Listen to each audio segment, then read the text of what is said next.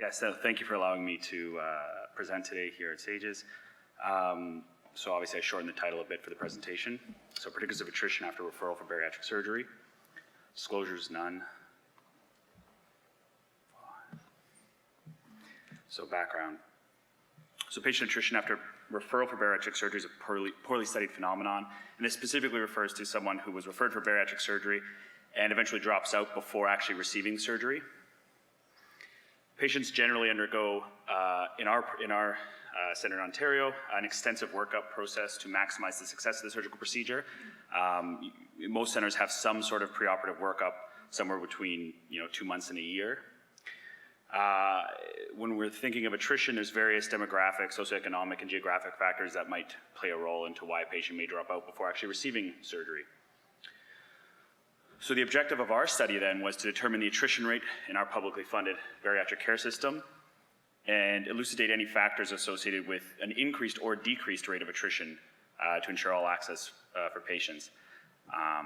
We've done it at kind of a population-based level. Other studies have definitely tried to do this from a survey-based level, asking patients who have left bariatric surgery, so we're kind of taking the another approach. So setting in population.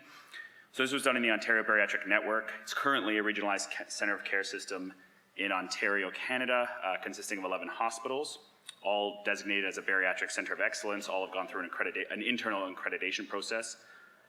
All referrals in Ontario are made via a centralized system, and the site of workup and surgery is based on geography. So essentially, a family doctor will refer to the centralized online portal, and patients are divvied up among the 11 sites based on how close they are to the site.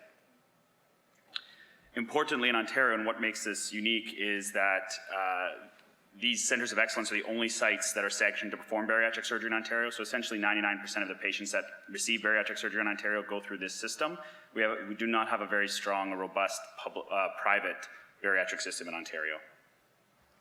So once referred, patients undergo in our system an initial screening workup. They assess for surgical eligibility. They undergo a psychological assessment and nutritional counseling. Once that is done, patients complete a medical, surgical, and anesthetic preoperative workup before actually receiving the surgery. And in our system, the time taken to complete this workup is generally from when the referral is put in by the family physician or the referring physician to surgery is anywhere between 8 and 16 months. So once again, this is a retrospective population-based cohort of all patients referred for bariatric surgery in Ontario.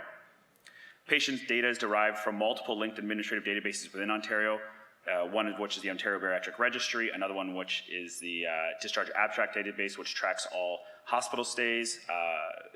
There's multiple administrative databases used.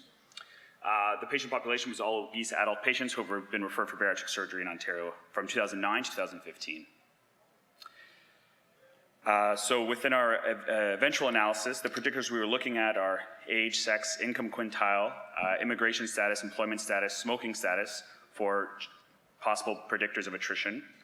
We also looked at comorbidities including diabetes, heart failure, hypertension, sleep apnea, renal disease, and health services factors including overall wait times to bariatric surgery, presence of COEs, and healthcare utilization. Our main outcome of interest was attrition after referral for bariatric surgery. So this was derived on patients who essentially just did not receive surgery after having a referral to the system. Importantly, we have surgery data up to May 2017, and so we limited our referral window to up until May in 2015. And so for those tail end people, it was at least 2 years not having surgery, and obviously anyone before would be longer than 2 years with not having surgery, which would be less than 5% of patients in our system would have had a wait time longer than 2 years, so that's why that cutoff was created. So pretty basic statistical analysis. There was very little missing data, but it was imputed using 20 data sets where applicable. Basically all of our confounders had at least 95% data, so this was done pretty rarely. And a multivariable logistic regression was used for the final analysis using maximum likelihood estimation. So overall, we identified 17,703 patients who were referred for bariatric surgeries during our time frame. About 23.2% dropped out before surgery. And the overall wait time, just to give you an idea, for all these patients was about 1 year. So we have 8 demographics that are associated with attrition for bariatric surgery. So males is the first one, and you can see they're almost 2 times as likely to drop out compared to females. In surveys, if you look at survey data for males, this is basically based on 2 factors. One is that there's not as much pressure on males to actually complete bariatric surgery, societal pressure. In addition, they report having a much higher instance of not accepting help or essentially being able to do it themselves. And so this kind of, in the survey data, this kind of plays into perhaps why males are higher, have higher attrition rates. Smokers, so to receive bariatric surgery in Ontario, they must go through a smoking cessation program. So one of the big ones is smoking, so there's 60% higher odds of attrition. The next 3 I'll present in a row. So we have immigrants, those who are unemployed, or those on disability. And I think this really goes to the heart of having a long workup is really important to maximize the success of bariatric surgery, but at the same time, there's likely some marginalized populations who may not be able to complete the workup and may not be able to go to all those nutritional counseling, may not go to those smoking cessation sessions, all those sessions that we need to optimize the surgery, we may be losing out. And so a lot of this study was to identify these populations so that we could give them more support to ensure that they complete the preoperative workup. There's 3 more that are also associated with attrition. So once again, the lowest socioeconomic status compared to the highest, although when all these other factors, mostly employment status and immigration status, were taken into account, socioeconomic status had actually very low in our system, had a very low impact on attrition. And then 2 comorbidities, diabetes and heart failure, both showed a higher rate of attrition. We're not quite sure why this would occur, but it's likely, once again, it has to do probably with longer workups, although these are all adjusted for wait times and the length of workup.